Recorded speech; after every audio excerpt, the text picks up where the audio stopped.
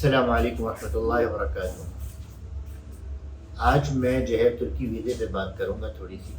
और जो है मैं चाहता हूँ कि लोगों को पता चले कि भाई वीज़ा किस तरीके से लगाया जा सकता है।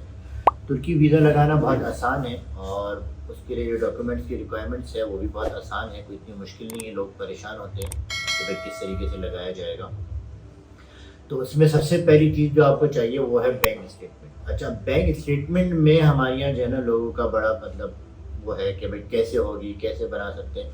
तो इसमें बहुत वाइड है, मतलब बहुत खुले इसमें आपके पास ऑप्शन है। ठीक है, मिसाल के तौर पे आपके अपने पास नहीं है बैंक स्टेटमेंट तो आप अपने फादर की यूज़ कर सकते हैं। आपके फादर की नहीं है आपके पास, आप जो है वो भाई की यूज़ कर सकते हैं। ठीक है ना, वो आपको स्पॉन्सर करेगा बाकायदा और आपको पूरा जो है वो उसमें लेटर बना के एफिडेविट बना के देगा कि भाई ये मेरा भाई है, ये मेरा बेटा है। तो वो आपको बना के देगा और उसके बिहाफ पर सारे फिर डॉक्यूमेंट्स उसी के लगेंगे। ठीक है, बाकी डॉक्यूमेंट्स भी मैं अभी बताता हूँ। तो ये है तरीका। अब यार कोई किसी का रिश्तेदार या कोई भाई उसको बाहर भी रहता है, वो भी उसको स्पॉन्सर कर सकता है, वो भी अपनी बैंक स्टेटमेंट लगा सकता है उसके लिए।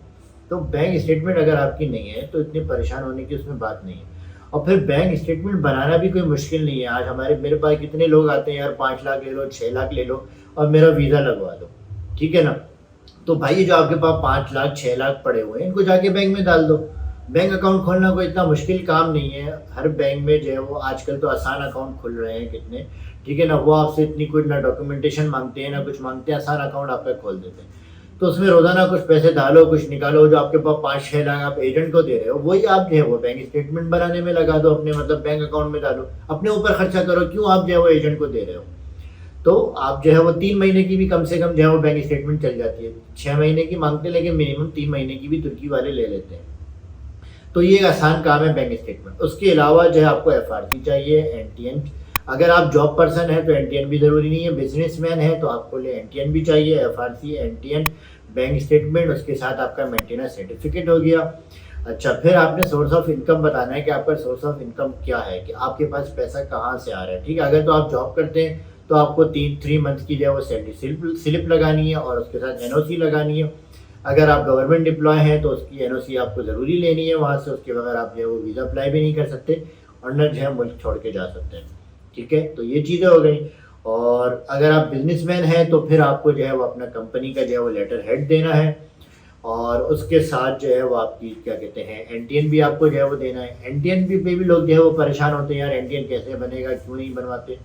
तो NTN बनाना भी जो है वो बहुत आसान है, आप NTN बनवा लें। ठीक है ना, तो ये जो है थोड़ी सी चीज़ें होती हैं वीज़े के लिए और ये सारी चीज़ें जो है वो आपने ली। उसके बाद जो है वो अच्छा, इसमें होटल बुकिंग लगती है आपकी और अगर आप बाहर जा रहे हैं तो आपका जो है वो एयर टिकट लगता है। ठीक है, ये सारी चीज़ें। अच्छा, मैं क्योंकि ज़्यादातर बाई रोड के ऊपर काम करता हूँ, मेरी स्पेशलिटी बाई रोड के ऊपर है, तो हम जो है वो एयर टिकट नहीं लगाते, हम अपनी पूरी आइटनरी देते हैं बाई रोड के हिसाब से। ठीक है, तो हमारा वीज़ा जो है वो बाई रोड का लगता है। तो ये सारी चीज़ें आपने जो है वो देनी है। कवरिंग लेटर आपने, मेन चीज़ होती है कवरिंग लेटर। ठीक है ना, वो आपने जो है वो बनाना है। उसके लिए आप मेरी मदद भी ले सकते हैं, मैं अपने सर्विस चार्जेस लूँगा।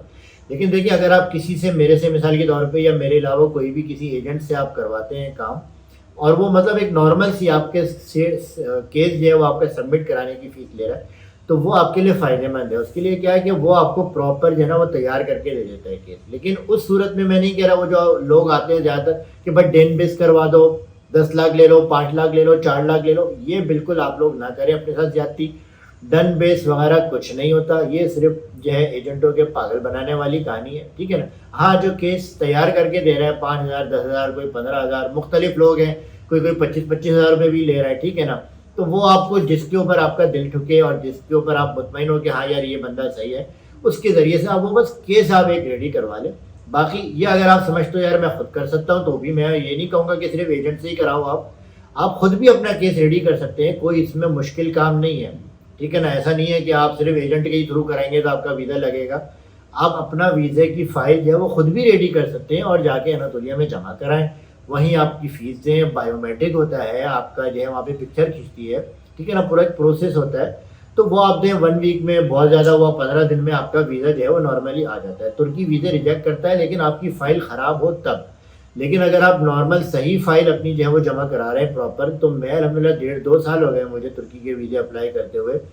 मेरा अल्लाह का शुक्र है, आज तक किसी कस्टमर का कोई वीज़ा रिजेक्ट नहीं हुआ अल्हम्दुलिल्लाह। और मैंने ऐसे भी केस फाइल करे हैं जिनकी फैमिलियां बाहर हैं और उन्होंने पूरे डॉक्यूमेंट्स अपने बाहर से भेजे हैं, और वो बाहर से भेज के उनके सारे डॉक्यूमेंट्स मैंने यहाँ पे जमा कराए हैं, उनके भी वीज़े अल्हम्दुलिल्लाह लग के आ गए। ठीक है ना। तो इसके ऊपर जो है वो आप लोग इतना ज़्यादा परेशान होने की बात नहीं है। मैंने मेरे ख्याल से वीडियो तो लंबी हो गई है, लेकिन सारी बातें आपको जो है वो तफसील से बता दी हैं। फिर भी आपको कुछ पूछना हो तो मेरा नंबर है नीचे, आप लोग मेरे से पूछ सकते हैं। आज मैंने तुर्की पे बात करी है, इंशाल्लाह आइंदा जो है मैं आहिस्ता आहिस्ता अगली दूसरी कंट्रीज़ पर भी बात करूँगा। अस्सलाम वालेकुम।